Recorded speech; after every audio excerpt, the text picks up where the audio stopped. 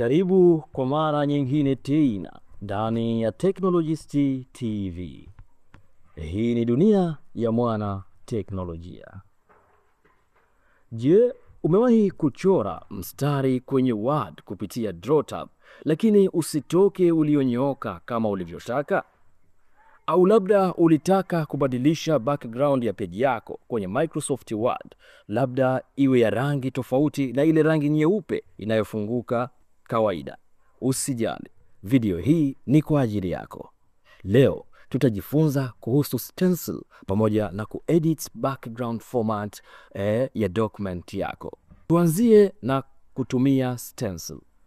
Kama utafungua document yako, ukienda kwenye sehemu ya DrawTab, kwenye sehemu ya stencil utakutana na sehemu ya ruler, na ukiklik mstari kama huu utaingia kwenye document yako. Mstari huu unaweza kuchukua sehemu moja kuupeleka sehemu nyingine, lakini pia kuugeuza katika angle tofauti. Yani unaweza ukautoa katika angle ambayo ipo ukaupeleka katika angle ya 90, ukaupeleka kutoka sehemu moja ukausogeza sehemu nyingine. Na ukitaka kupiga mstari, nenda ka click pen unayohitaji, kisha chora mstari ambao unaohitaji uuchore. Ukishamaliza, basi utakuwa tayari umeshapiga mstari. Lakini pia unaweza ukaugeuza sasa ukawa mstari uliolala, yani unaweka angle 0 moja kwa moja. Ukiweka hapo, kwa kuwa peni tayari umeshaichagua, unapiga tu mstari wako na unakuwa umenyooka vizuri sana.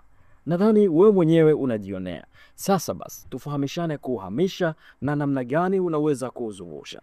Kuhamisha kutoka sehemu moja kwenda sehemu nyingine, yani una click left click, usiachie, kisha unachukua mstari wako unapotaka kuupeleka. Yani unauklik huu mstari, ukisha uklik left click ile, kisha unashusha mstari wako katika sehemu ambayo unahitaji kuupeleka.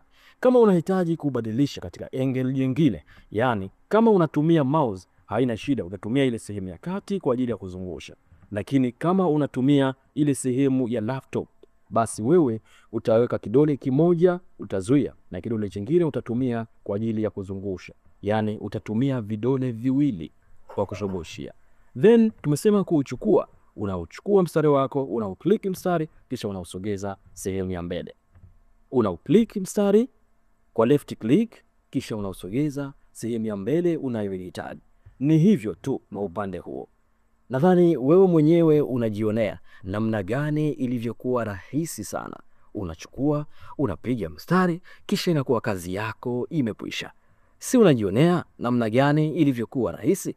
Unapiga mstari, kisha unakuwa umemaliza kabisa. Ni kitu kimoja rahisi sana. Kwa hiyo ni hivyo. Na tumesema ili ubadilishe angle, maana yake unaweka kidole kimoja kwenye pad yako kama unachukua laptop, kisha unazungusha kidole kingine, maana kidole kimoja huachi. Na sasa tuhamie kwenye kuedit background format. Wakati mwingine tatizo sio maandishi, tatizo ni muonekano wa page yenyewe. Ndio maana ukibadilisha background kidogo tu, document yako inabadilika kutoka ya kawaida hadi ya kuvutia. Yani ni hivi, kama utakuwa na document yako kama hii, ukihitaji kubadilisha background, unaweza tu moja kwa moja kwenda wapi? Unaenda kwenye sehemu ya DrawTab. Ukienda kwenye sehemu ya DrawTab ukiklik, kuna sehemu ya edit ambapo ni format background. Ukiklik hapa, unaweza ukaingiza mistari kama ile ya kwenye buku unavyoiona, yani mistari iliyolala, lakini pia unaweza kuingiza mistari ya vyumba, lakini pia unaweza kubadilisha rangi unayoihitaji. Tuanze na mistari iliyolala.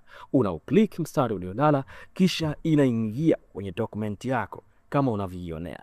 Na ikiwa haijatimia full page, basi unaweza tena kukenda zako wapi? Pale pale ulipo click kwenye format background, kisha ukaklik apply to full page.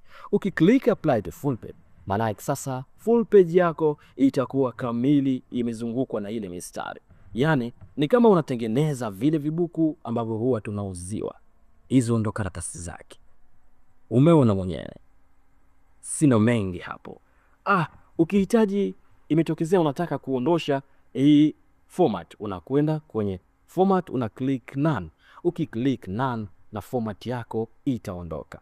Unaweza pia kuapply hii mistari ya vyumba kama tulivyofanya hapo juu, lakini tuhamie kwenye page color.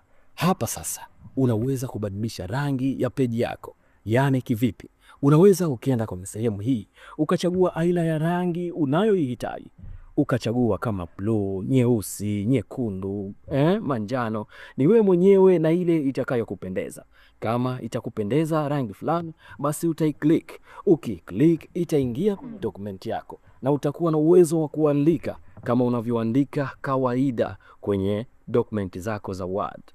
Yaani unaandika maelezo kisha uko huru kuyapamba katika muundo unaohitaji wewe. Yaani hii sasa ni sawa. Unaweza ukaipiga rangi, unaweza ukatia katika style tofauti. Hii ni sawa na ile kutumia au kuandika vitabu ambapo ndani yake unatia rangi tofauti. Bwana, nisiseme mengi sana kwa maana nisikuchoshe.